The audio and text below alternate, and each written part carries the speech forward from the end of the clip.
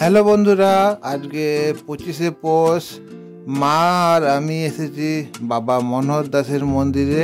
প্রথমে মা এসে বাবা মনোহর দাসের মন্দিরে পুজো কিনে পুজো দিয়ে দিল। এখন এখানে পুজো হচ্ছে, বামুন ঠাকুর পুজো করছে আর এখানে নাম সংকীর্তন হচ্ছে। আজকে বাবার পৌষহল্লি, যাকে পিকনিক বলে, তাই বাবার সাথে আজকে আমরা এলাম বাবার কাছে পিকনিক করব। বাবার পিকনিকে খিচুড়ি, তরকারি, বোঁদে, পায়েস, চাটনি, অনেক কিছু আইটেম রয়েছে আর সুস্বাদু খেতে। আর লোক দেখুন, 2 ব্যাচ 3 ব্যাচ হয়ে যাওয়ার পরও এখনও লোক দেখুন কত, প্রায় 10 থেকে 12 হাজার লোক প্রতি বছরই বাবার মন্দিরে খায়। এখানে রান্নাশালাতে রান্না হচ্ছে।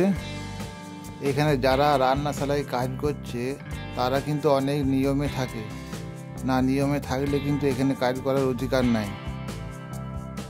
এখানে বাবার প্রসাদ দেওয়া হচ্ছে, পায়েস ভোগ, যারা ঘরে নিয়ে যাবে তাদের জন্য।